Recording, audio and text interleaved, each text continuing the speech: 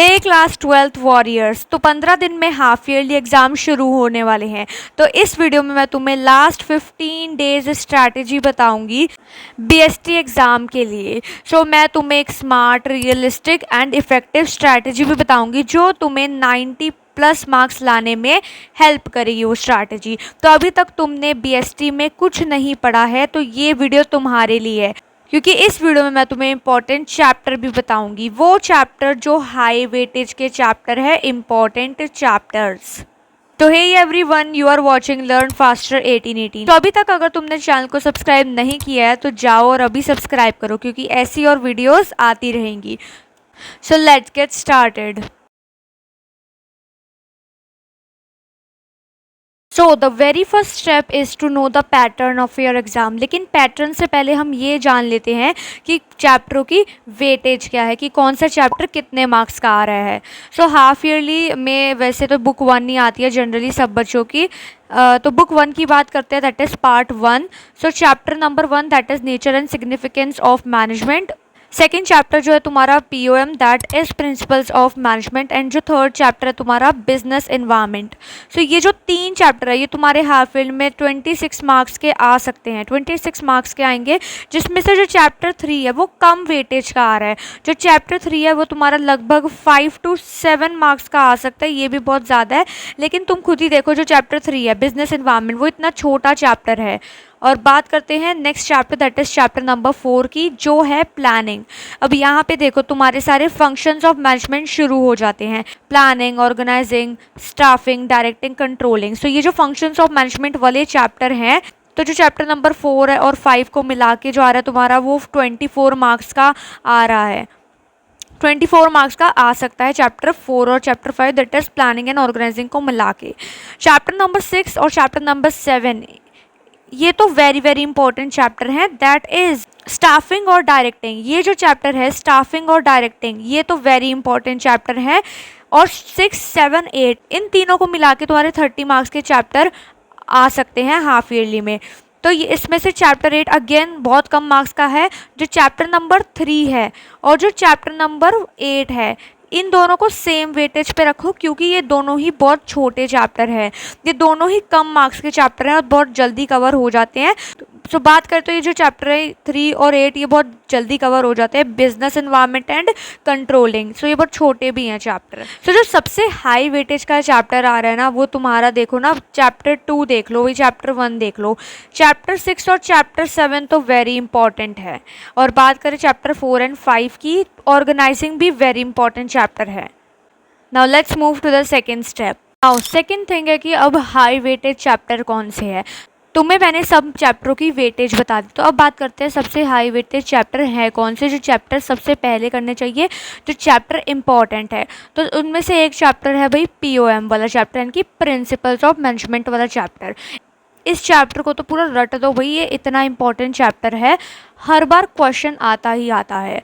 अब question direct भी आता है और इनडायरेक्ट भी क्वेश्चन आ जाता है इस चैप्टर में से, तो प्रिंसिपल्स ऑफ मैनेजमेंट के चैप्टर से, चाहे वो केस स्टडी में आए या फिर वो डायरेक्ट आए या फिर वो इनडायरेक्ट क्वेश्चन भी आ सकता है इस चैप्टर में से। नाउ जो second chapter you must do, that is organising. Chapter 5 organising भी एक इम्पॉर्टेंट चैप्टर है, इसमें से सारे टॉपिक वही कवर करने हैं तुमने। और बात करें नेक्स्ट चैप्टर की, दैट इज स्टाफिंग। स्टाफिंग भी एक बड़ा और एक इम्पॉर्टेंट चैप्टर है, जिसमें रिक्रूटमेंट प्रोसेस सब की बात की गई है, ट्रेनिंग एंड डेवलपमेंट की। कुछ इंपॉर्टेंट टॉपिक्स भी है। जो स्टाफिंग है और जो डायरेक्टिंग है ये दोनों सेम मार्क्स के आ सकते हैं, ये दोनों ही चैप्टर इंपॉर्टेंट है। जो स्टाफिंग और डायरेक्टिंग चैप्टर है ये इक्वल मार्क्स के भी आ सकते हैं दोनों चैप्टर। ये very very very important chapter है। अगर तुम इन चैप्टरों को कर ले तो तुम्हारा 60 to 70% तो वही कवर और सिलेबस यहीं पे हो गया। बाकी का बचा भाई 30 to 40% तुमने जो बचे चैप्टर्स है उनको कवर करना है। तो ये इंपॉर्टेंट चैप्टर भी पहले कर लोगे तो तुम्हारे लिए ही बेनिफिशियल है, ये तुम्हें ही बेनिफिट देगा। बात करें डायरेक्टिंग चैप्टर की, तो डायरेक्टिंग चैप्टर में एक टॉपिक है लीडरशिप स्टाइल वाला। ये तो 99% चांस है कि ये पेपर में आता ही आता है। तो ये जो लीडरशिप स्टाइल वाला क्वेश्चन है इसके 99% चांस है, तो इस टॉपिक को कवर कर लेना थर्ड स्टेप की बात करें, to know the pattern of your exam. So भाई पैटर्न भी तो पता चले कि क्या क्या कितने मार्क्स का आ रहा है, कितने क्वेश्चन आ रहे हैं। सो जैसे हाफ ईयरली का पैटर्न तो यही होता है बीएसटी का, 1 मार्क्स के 20 क्वेश्चन आते हैं, यानी कि तुम्हारे 20 मार्क्स के तो 1 मार्कर ही होंगे। अब 1 मार्कर में चाहे तुम्हारे एमसीक्यू हो या फिर तुम्हारी असर्शन रीज़न हो, चाहे तुम्हारे असर्शन रीज़न हो, मैचिंग हो, स्टेटमेंट वाले क्वेश्चन हो, तो ये 1 मार्कर में आते हैं। अब बात करते हैं 2 मार्क के क्वेश्चन की। जो 2 मार्क्स के क्वेश्चन होते हैं ना, वो कितने आते हैं भाई, 4 क्वेश्चन आते हैं, 12 मार्क्स हो गए यहीं पे तुम्हारे। तो 2 मार्क्स के 4 क्वेश्चन भी पूछे जाते हैं। बात करें भाई 4 मार्क्स के क्वेश्चन की, तो 4 मार्क्स के जो क्वेश्चन है वो 6 क्वेश्चन पेपर में आते हैं हाफ ईयरली में, 24 मार्क्स तो तुम्हारे यहीं हो गए। बात करें भाई 6 मार्क्स के 4 क्वेश्चन आते हैं पेपर में, तो 4 क्वेश्चन होंगे जो 6 मार्क्स के होंगे, तो यहीं पे तुम्हारे हो गए 24 मार्क्स। तो इन सब का अगर तुम टोटल करोगे तो तुम्हारे वही बन गए 80 मार्क्स। तो ये हो गया बुक 1 का, पार्ट 1 का 80 मार्क्स का पेपर का पैटर्न। तो मैंने अभी तक बात की है पेपर के पैटर्न की, इंपॉर्टेंट चैप्टर्स की, प्लस मैंने तुम्हें वेटेज ऑफ द चैप्टर बता दिया कि कौन सा चैप्टर कितने मार्क्स का आ रहा है और कौन से चैप्टर तुम्हें पहले करने चाहिए। तो अगर मैं बात करूँ 4th स्टेप के बारे में, तो वो जो 4th स्टेप है ना, वो रिलेटेड है तुम्हारे वाइवा और प्रोजेक्ट से रिलेटेड है। तो अगर कई बच्चों के भाई हाफ ईयरली भी आ रहे हैं, तो स्कूल क्या करता है भाई, डेमो लेता है, एक तरीके से वाइवा ही लेता है वो बोर्ड के लिए प्रिपेयर करने के लिए। तो वाइवा लेता है, प्लस जो तुम्हारे जो प्रोजेक्ट वर्क होते हैं, रिसेंटली मैंने 1 महीने पहले शेयर किया था अकाउंटेंसी का प्रोजेक्ट वर्क, तो उस वीडियो को भी ज़रूर देखना। तो बेसिकली होता क्या, तुम्हारा होता है 100 मार्क्स का पेपर। तो 100 मार्क्स में जो होता है ना, वो तुम्हारा 80 मार्क्स का तो पेपर ही होता है, तुम्हारे टोटल 100 मार्क्स होते हैं। तो जो 80 मार्क्स तो यहाँ हो गया भाई, तुम्हारे को जो बोर्ड का पेपर देना होता है, तो जो बाकी बचे 20 मार्क्स हैं। अब बात करते हैं इन 20 मार्क्स की। सो ये जो 20 मार्क्स में से तुम्हारे 12 नंबर का तो भाई प्रोजेक्ट वर्क होगा, 12 नंबर का होगा प्रोजेक्ट वर्क। बाकी के जो बचे 8 नंबर है उनका तुम्हारा होगा भाई वाइवा। तो वाइवा के लिए भी प्रिपेयर करना है अच्छे से, और प्रोजेक्ट तो तुमने आई होप बना ही लिए होंगे। बात बताते हो कि भाई सारे बच्चे क्या करते हैं भाई, कंप्लीट करना है सिलेबस कंप्लीट करना है, चाहे उन्हें कुछ समझ आए या ना आए, कि सिलेबस कंप्लीट करना है। लेकिन अगर तुम सपोज तुम्हारे 8 चैप्टर आ रहे हैं, लेकिन अगर तुम उनमें से 6 चैप्टर भी अच्छे से कर लोगे ना, तुम्हारे 2 चैप्टर स्टिल लेफ्ट है, तुम्हारे 2 चैप्टर पेंडिंग है, लेकिन जो तुम्हें आते नहीं है।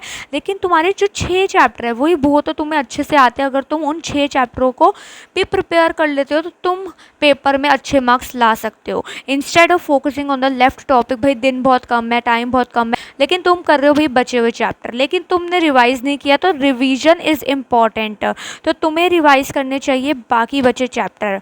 भाई हाफ ईयरली इतना भी सीरियस नहीं लेना है, और इतना भी मतलब पीछे नहीं छोड़ देना है कि उसे एक रेगुलर टेस्ट की तरह समझो कि हाँ भाई तुम्हें बोर्ड के लिए प्रिपेयर कर रहे हैं। इससे हाफ ईयरली से तुम्हें तुम्हारी परफॉर्मेंस पता लग जाती है कि भाई तुम कैसा परफॉर्म कर रहे हो, तुम कितना पढ़ रहे हो, तुम्हारे मतलब टेस्ट में मार्क्स कैसे आ रहे हैं। सो इससे तुम्हारी परफॉर्मेंस ही चेक होती है हाफ ईयरली से भी। टिप्स की तो भाई बीएसटी के कुछ टिप्स भी दे देते हैं आपको कि भाई बीएसटी में जब भी पेपर लिखते हो तो तुम ना भाई ऐसे मतलब कि याद करा करो, एक तो हेडिंग से याद करा करो, प्लस पेपर में हेडिंग लिख के आया करो, एंड देन उस हेडिंग को एक्सप्लेन कर दिया करो, तो इससे याद भी जल्दी हो जाएगा और टीचर को चेकिंग करने में भी सही लगेगा। और बुलेट पॉइंट्स में आंसर लिखा करो, यानी कि पॉइंट्स में आंसर लिखा करो कि भाई 1 2 3 4 5 पॉइंट्स है, टीचर ने हेडिंग पढ़ी, उसकी एक्सप्लेनेशन पढ़ी और आंसर को चेक कर दिया, लेकिन आंसर भी सही होना चाहिए। अब बात करते हैं कि भाई आंसर जो कीवर्ड है तुम्हें लर्न करने चाहिए to identify the case study. भाई मैनेजमेंट जैसे कीवर्ड, प्रिंसिपल्स, भाई पता लग जाएगा भाई प्रिंसिपल की बात हो रही है, कौन से प्रिंसिपल की बात हो रही है, वो तुम्हें मतलब कि टॉपिक को अच्छे से लर्न करना है, यानी कि उसके कीवर्ड देखने हैं टॉपिक के, तभी तुम केस स्टडी आइडेंटिफाई कर पाओगे। जो प्रोसेस है भाई, स्टाफिंग का प्रोसेस है या प्लानिंग का प्रोसेस पूछा है, तो ये केस स्टडी बेस्ड जो क्वेश्चन होते हैं ना, तुम्हें आइडेंटिफाई करना आना चाहिए। तो तुम्हें उसके लिए कीवर्ड लर्न करने पड़ेंगे इन क्वेश्चन को आइडेंटिफाई करने के लिए। फॉर एग्जाम्पल जैसे प्लानिंग है, तो planning is the first function of management, तो ये तुम्हें पता होना चाहिए कि भाई ये प्लानिंग का प्रोसेस पूछा है। अगर बोले कि नेम द प्रोसेस, सो ऐसे तुम्हें पता होना चाहिए कि भाई प्लानिंग का प्रोसेस पूछा है। नाउ बात करते हैं टू द पॉइंट आंसर होना चाहिए। सो स्टूडेंट्स क्या करते हैं भाई, टू द पॉइंट आंसर नहीं लिखते, कुछ भी लिखाते हैं। एक तो उसमें कीवर्ड इंक्लूड होने चाहिए आंसर में, और टू द पॉइंट आंसर होना चाहिए, कुछ भी नहीं लिखना होता। टू द पॉइंट आंसर लिखना होता है कि भाई आंसर भी सही होना चाहिए और उसमें सारे इंपॉर्टेंट कीवर्ड्स इंक्लूड होने चाहिए। बात करें कि भाई क्वेश्चन कैसा आता है, now you are in class 12, तुम्हें पता ही होगा क्वेश्चन कभी भी डायरेक्ट नहीं आता। हाँ, हालांकि लाइक थोड़े बहुत तो क्वेश्चन डायरेक्ट आ जाते हैं, लेकिन मैक्सिमम जो होते हैं ना क्वेश्चन केस स्टडी के बेस्ड में होते हैं, सारे क्वेश्चन केस स्टडी में होते हैं। तो मेक श्योर कि तुम केस स्टडी प्रैक्टिस करो। समटाइम्स डायरेक्ट क्वेश्चन भी आ जाते हैं। फॉर एग्जाम्पल अगर पूछा गया but explain planning is a function of management, तो तुम्हें पूरा ऐसे नहीं लिखना है, तुम्हें टू द पॉइंट आंसर लिखना है। जस्ट तुम्हें प्लानिंग को डिफाइन कर देना है और उसकी इंपॉर्टेंस बता देनी है। तो explain planning is a function of management ये क्वेश्चन है, तो तुम्हें लाइक प्लानिंग डिफाइन कर देनी है और उसके इंपॉर्टेंस बता देना है। तुम हाँ भाई, तुम्हें 5 to 6 प्रॉपर पॉइंट लिख देने हैं इस क्वेश्चन में। तो ये जो क्वेश्चन मैंने तुम्हें बताया ये एक डायरेक्ट क्वेश्चन था। पेपर में डायरेक्ट भी आ जाता है और इनडायरेक्ट क्वेश्चन भी आ जाता है।